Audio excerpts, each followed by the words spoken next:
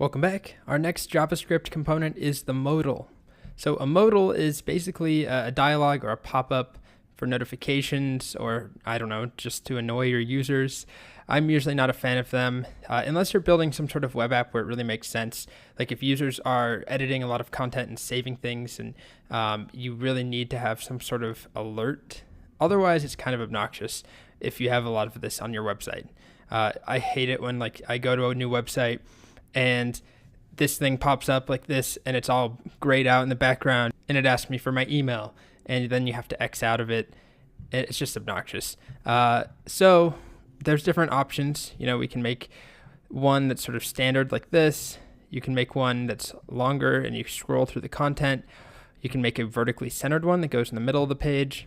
You can add tooltips, and I'm not going to go over all of this, and popovers inside of them. You can use the grid system inside of them. But I'm just going to focus on the basics, because if you need to make a more complicated modal, basically you just take the components we've already learned and just put them in there. I mean, if you can put a button in there, if you can put text and a heading in there, it's not really any different if you're adding a popover or a tooltip. Okay, so let's talk about how it works. We have a trigger, and then we have the actual modal itself. And we'll start, let's not define the trigger just yet, because that's the easy part. So I'll add this here, a comment, and then we'll add the window down here. So what we do is make a div with the class of modal, AL, not model. And it's nice to give it the class of fade, which is just to help it animate.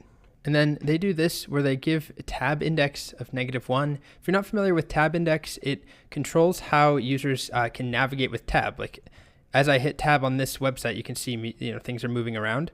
If you have content that is hidden, like this modal is going to be hidden at the beginning, we don't want people to be able to tab to it. So if you set it to -1, that's sort of the standard for off-screen content. So we'll do that now. Tab index equals -1. If I can type -1. Okay. Next thing that is good to do is set role to dialog, and that's for accessibility, so people know what's going on, what this is. I'll skip the label for now.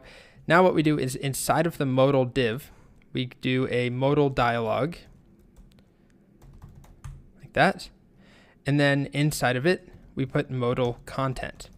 Now I can never, first of all, I don't use very many modals, but also when I do, I can never remember the syntax for the life of me. So I just come here and pick it apart and take the pieces I need, copy and paste things. I think that's pretty standard, honestly, for these more, well, they're not obscure, but these less commonly used things. So modal header goes inside of the content, and then we also can have a modal body. So in the header, it depends on what we want to put in there. They do an H5, so I will copy that. And we'll do modal title and just say, this is my first modal, and save. Now, it's a really good practice to put, they actually request that you do this somewhere on here, that you put the little X button to close out. We ask that you include modal headers with dismiss actions whenever possible, or at least provide another explicit dismiss action. So I'm going to just make ours the X for now, which we've already seen how to do with alerts. So basically, I'm just going to copy this in to make this simple. So inside of our header, we'll paste that in. What's important, though, is that we tell it what to dismiss. So we set data dismiss to modal. Okay, and just like on the alert, we can set aria hidden to true so that people with screen readers don't have to encounter this nasty, entity, HTML entity code. All right, so in the modal body, we can put whatever we want. Let's put just some lorem ipsum. We might want to format it later, but let's do a lot of lorem ipsum, maybe 20, okay? And then in the footer, we can put buttons. You can put the buttons wherever you want, but that's a standard place. So dot modal footer. And then in there, we'll do 2 buttons with btn, let's do, secondary and then success. And this one I'll say is close or cancel or something. And to make it actually work, we can set data dismiss to be modal again. And then we can do another one, which won't actually do anything, another button. And this one can be success.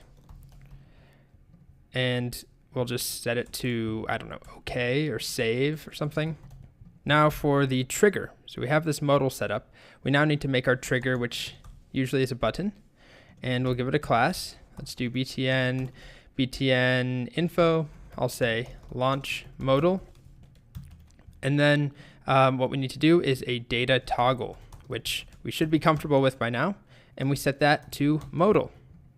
Then we need to tell it what is the modal itself that we are targeting. So we didn't give our modal an ID yet, so let's do that. Just call it my modal. And then we set data-target to be my modal. And if all goes well, there we go. We have our first modal.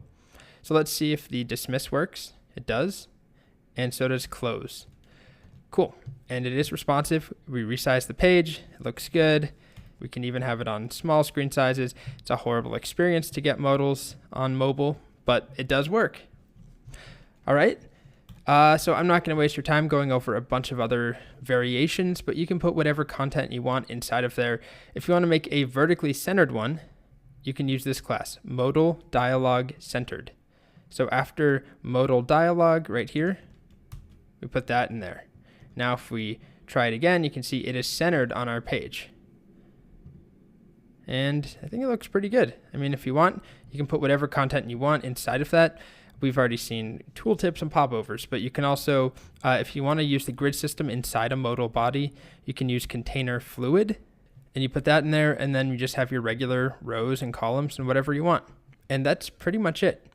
Feel free to peruse the docs and see what else you find, but it's relatively simple once you make the modal. You customize it however you want. Put whatever buttons you want in there, whatever text, just make sure you have a way of dismissing it.